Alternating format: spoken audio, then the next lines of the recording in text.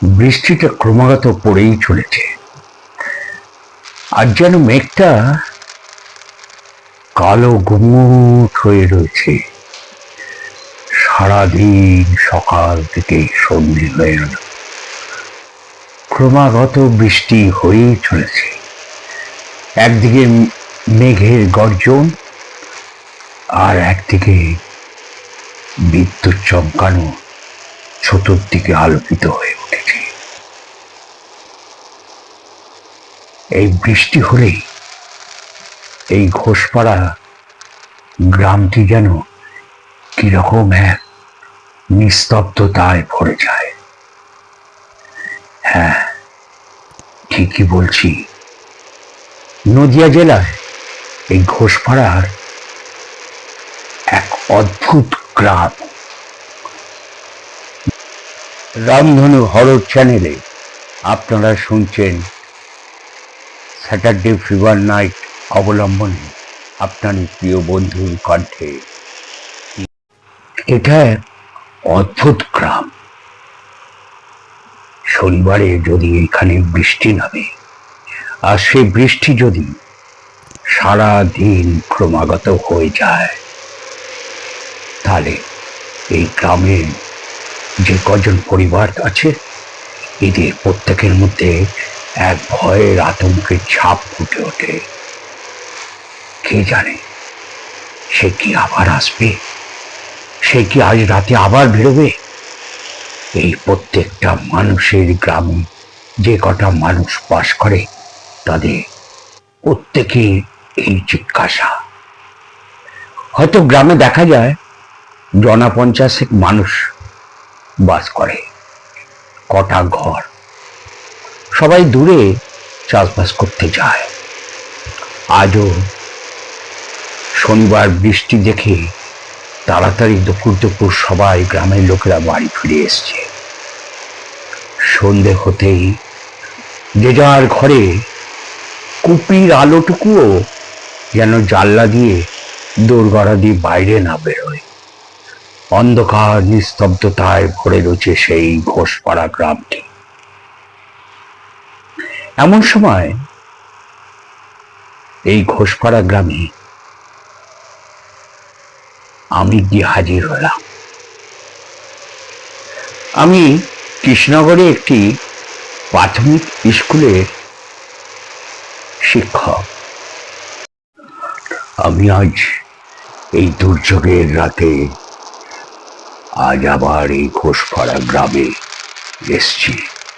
বিগত প্রায় আজ 6-7 বছর হয়ে গেছে আমি চলে গেছিলাম পড়াশোনা করতে বিদেশে। বিদেশ থেকে ফিরে কৃষ্ণনগরে একটি মেসে থাকি এখন। আজ হঠাৎ আমার যে পিসি আমাকে মানুষ করেছে, সে পিসির খুব সিরিয়াস অবস্থা। তাই গ্রামের লোকেরা যখন আমায় খবর দেয় ফোন করে, আমি পিসিকে দেখতে আসি। এই দুর্যোগের রাতে চতুর্দিকে অন্ধকার, প্রচন্ড জোরে হাওয়া বইছে, ঝড়ো হাওয়া, তার মধ্যে বৃষ্টির ছাপটা। আমার ছাতাটা যেটা নিয়ে গ্রামের রাস্তা দিয়ে হাঁটতে হাঁটতে আসছিলাম, সেই ছাতাটা হাওয়ায় একদম উল্টে বেঁকে গেল। একদিকে বিদ্যুৎ চমকাচ্ছে, তার দিকে বড় বড় বাজ পড়ছে। ভীষণ কর্কশ শব্দে বাজগুলো পড়ছে, যেন এখনই আমার মাথার উপর ভেঙে পড়বে। আমি ওই দুর্যোগের রাতে ওই রাস্তাটা দিয়ে হাঁটতে হাঁটতে যখন ওই রাস্তা দিয়ে আসছি, তখন দূরে দেখি একটি চালা ঘরে, কুড়ে ঘরে সামনে একটি লণ্ঠন জ্বলছে। যতটা সামনে যাই, দেখি একটি বয়স্ক বৃদ্ধ লোক উদাস হয়ে রাস্তার দিকে পথে তাকিয়ে আছে। আমি এগিয়ে গিয়ে খুড়োকে জিজ্ঞেস করি, খুড়ো, আমায় একটু আশ্রয় দেবেন? ও খুড়ো, এই দুর্যোগের রাতে আমি বড় বিপদে পড়ে গেছি।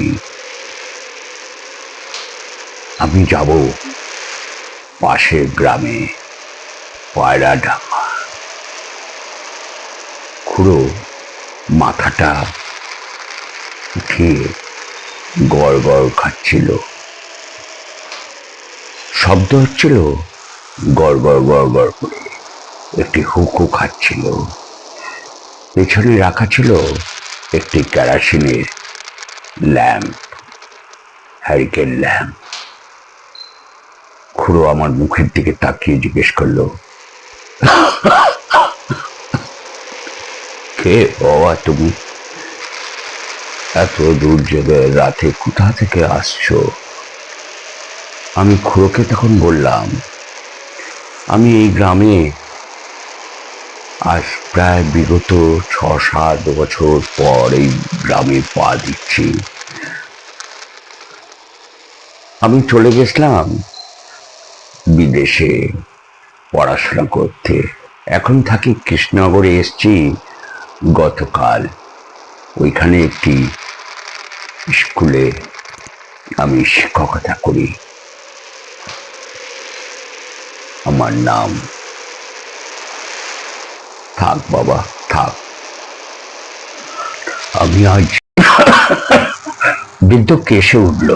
ভেতরে যদি একটা বেতের মোড়া পাও, একবার টেনে নিয়ে বসো না বাবা। তবে এই দুর্যোগের রাতে তুমি পায়রা ডাঙ্গা যাবে কি করে বলো তো? বৃদ্ধর কথা শুনে যুবক বলে, তাই তো চিন্তা করছি। বলে, আজকের রাতটা তুমি না বল আমার এই কুড়ে ঘরটায় থেকে যাও, তোমার যদি কোনো আপত্তি না থাকে। কারণ এই রাতটা খুব একটা ভালো নয়। গ্রামের লোকেদের কাছে খুব এক আতঙ্কের রাত। কেন খুড়ো, আতঙ্কের রাত কেন? বাবা কি আর বলবো তোমার, আজ থেকে বেশ কিছু বছর আগেকার ঘটনা। তাই তো বাবা, এই দিনটা হলে আমি পথে বসে থাকি এই বৃষ্টির বিপদ দেখে। সেই রাত না আবার ফিরে আসে। কি রাত? কিসের জন্য? কার পথে বসে থাকে খুড়ো? শুনবে বাবা, ভয় পাবে না তো? না না, আমি ওসব ভয় ঠয় পাই না খুড়ো। এখনকার দিনে সায়েন্সের যুগে আর কেউ ভয় ঠয় খায় বলো খুড়ো? না। তাহলে তুমি এক কাজ করো, এই লণ্ঠনটা একটু এই আমার এই দোর গোড়ায় এনে রাখো। যদি আমি সেরকম বুঝি, আমি লণ্ঠনটা নিয়ে এগিয়ে যাব। কোথায় এগিয়ে যাবে? যাব যাব, একটু ধৈর্য ধরে বসো। সে হয়তো এই দুর্যোগের রাতে সে আবার বেরোবে। কে বেরোবে খুড়ো? তুমি আমাকে বলবে কে বেরোবে? শুনবে খোকাবাবু? শুনবে সেই ঘটনা? হ্যাঁ আমি শুনবো। তাহলে বসো বেতের মোড়াটায়। সে এক দুর্যোগের রাত ছিল। বিনোদিনী বিয়ে তোড়জোড় চলছে।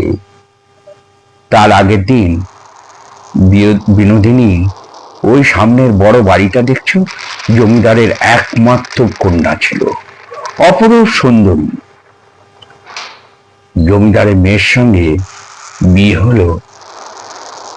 আশীর্বাদ হলো কৃষ্ণনগরেরই এক সুপুত্র যুবক। সে ছিল স্কুলের এক শিক্ষক। আশীর্বাদ তো হয়ে গেল, নাম তার সব্যসাচী। তারপর তারপর আর কি, আশীর্বাদ হয়ে গেল ধুমধাম করে। বিয়ের দিন বাড়িতে ভেন বসেছে, বুঝলে খোকাবাবু? ভেন, সেই গ্রামের মানুষরা সব খাওয়া দাওয়া করবে।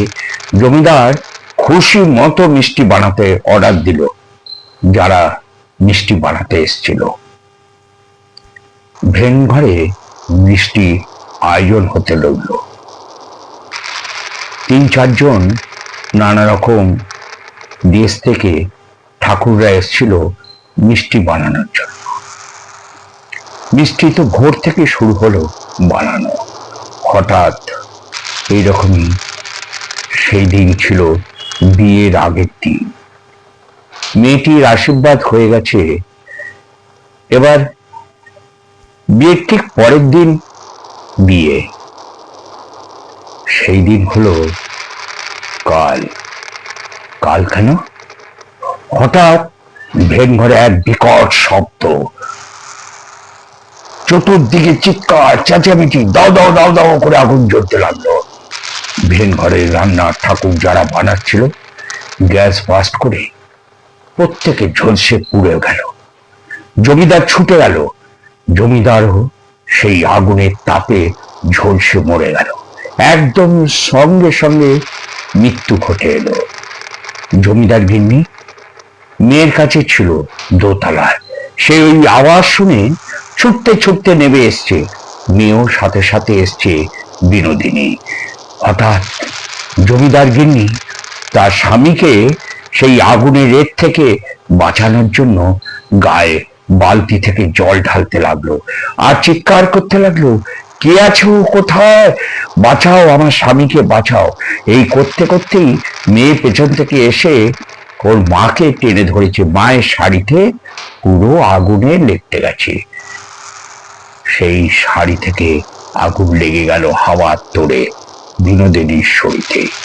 এমন সময় বিনোদিনীর হাতের মধ্যে তার মা দুটো বালা পরিয়ে দিয়েছিল।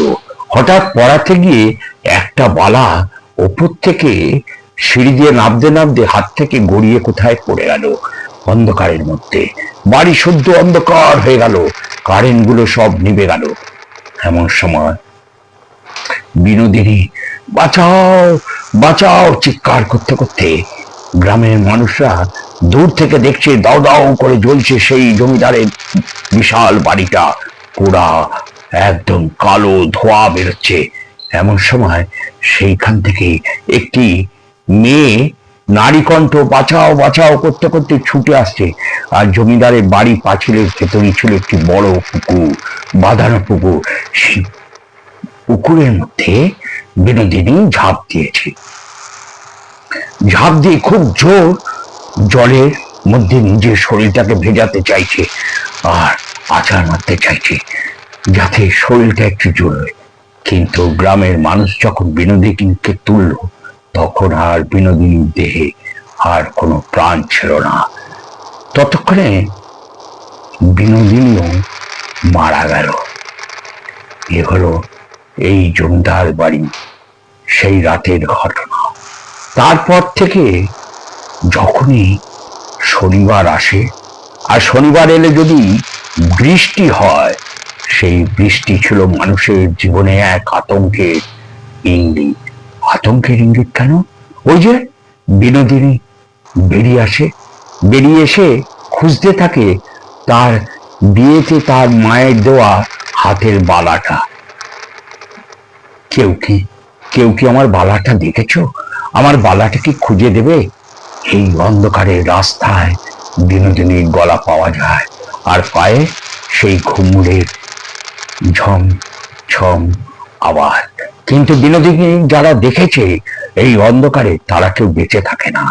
সেই বিনোদিনী সেই মানে জ্বলে যাওয়া বাঁচাও বাঁচাও যখন লোককে ডাকছিল, কেউ যখন তাকে বাঁচাতে আসেনি, সে এক হিংস্র রূপ হয়ে গেছিল, বাঁচার আপ্রাণ চেষ্টা করেছিল। যখন কেউ আসেনি দেখে সে ভাবলো গ্রামের লোকেরা তার সঙ্গে শত্রুতা করে তাকে কেউ বাঁচায়নি। এই তার মনের মধ্যে একটা হিংস্র ভাব ফুটে উঠল। সেই রাতে রাস্তায় যদি কেউ একবার ওই হিংস্র রূপে পোড়া দগ্ধ চেহারা মানুষটা ছায়ামূর্তিটাকে দেখতে পেত, সে আর সেই মুহূর্তে বেঁচে থাকতো না, তার মৃত্যু অবধারিত ছিল। আজও এরকম সেই রাত, সেই শনিবার, সেই বৃষ্টি। হঠাৎ বলতে বলতেই খুঁড়ো দেখে দূরে সেই ঘুমুরের পায়ের আওয়াজ। খোকা বাবু, তুমি বাবা একটু ভেতরে বসো, আমি লণ্ঠনটা নিয়ে একটু এগিয়ে দিই, বিনোদিনীকে একটু এগিয়ে দিই। ও আলোটা দেখলে ওই রাস্তার মধ্যে ওই বালাটা হয়তো খুঁজতে পারবে। না খুড়ো, তুমি যেও না, তুমি যেও না খুড়ো। খুড়োর এখানে বহু বছর আছে। আজ খুড়োকে কেন যে আটকাচ্ছে জানি না। ছেলেটি হচ্ছে সব্যসাচী, যাকে খোকাবাবু বলে ডেকেছে সেই হচ্ছে সব্যসাচী। সে যাচ্ছিল তার পিসি বাড়িতে, পিসির শরীর খারাপ শুনে দেখা করতে যাচ্ছিল। আর যদি বিনোদিনীকে দেখা পায় একবার, বিনোদিনী যে মারা গেছে, সব্যসাচী আজ চেতনা ফিরে এলো। সব্যসাচী ভুলে গেছিল যেই ঘোষপাড়ায় বিনোদিনী তার ভাবী স্ত্রী হয়েছিল, যার আশীর্বাদ হয়েছিল তার সাথে। খুড়ো বলতে বলতে লণ্ঠনটা নিয়ে হাঁটতে শুরু করলো ওই কাদামাখা রাস্তা দিয়ে।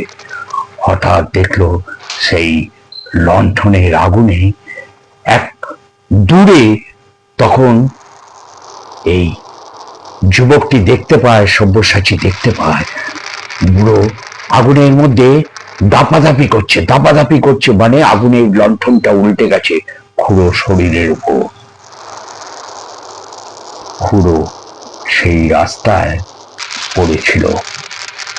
সব্যসাচী ছুটে যায় সেই রাস্তায়, সব্যসাচীও সেই রাস্তায় ঠিক পাঁচিলের ধারে, যেখানে খুড়োর দেহটা পড়েছিল তার ঠিক পাঁচিলের ধারে, মানে পুকুরটার ঠিক শুরুতেই পড়েছিল সব্যসাচী সেই মৃতদেহটা।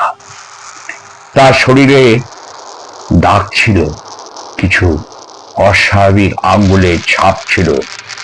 আর সব্যসাচীকে না পাওয়ার এক কাম বাসনায় সেই জেগে উঠেছিল বিনোদিনী। সব্যসাচী সারা শরীরে আঙ্গুলের নখের খামচানোর দাগ, সেই অবস্থায় মৃত অবস্থায় পাওয়া যায়। একদিকে বৃদ্ধকে, লণ্ঠনটা নিভে পড়ে আছে রাস্তায় বৃষ্টির রাতে, আর একদিকে ঠিক পুকুরে সম্মুখে পাঁচিলের ভেতরে পাওয়া যায় সব্যসাচীকে। সেই ভয়ানক রাতে আজও নাকি বিনোদিনী খুঁজে বেড়ায় সেই বালা জোড়ার একটা। সেই রাতে এখনো এই রাস্তা দিয়ে, ঘোষপাড়া দিয়ে, এই বৃষ্টির রাত হলে আর কেউ এই রাস্তা মারায় না। দরকার হলে পরের দিন আসে, কিন্তু রাত হলেই ফিরে যায়। যদি ঘটনাটা ভালো লাগে, গল্পটা ভালো লাগে, তাহলে শেয়ার অতি অবশ্যই একটা করবেন। রামধনু হরর চ্যানেলকে যদি আপনারা ভালোবাসেন শ্রোতা বন্ধুরা, অতি অবশ্যই একটা লাইক দেবেন, যাতে নোটিফিকেশনটা অফ করা আছে এখনই অন করে নিন। এরকমই গল্প আবার পরবর্তী দিনে আপনার কাছে পৌঁছে যাবে। যারা আমার গল্প শোনেন তারা অতি অবশ্যই একটি সাবস্ক্রাইব করবেন। এরকম স্যাটারডে ফিভার নাইট অবলম্বনে এরকমই গল্প আপনার প্রিয় বন্ধুর মুখে আবার শুনবেন। সবাই ভালো থাকবেন, সুস্থ থাকবেন। আগামী দিন আবার দেখা হবে। নমস্কার।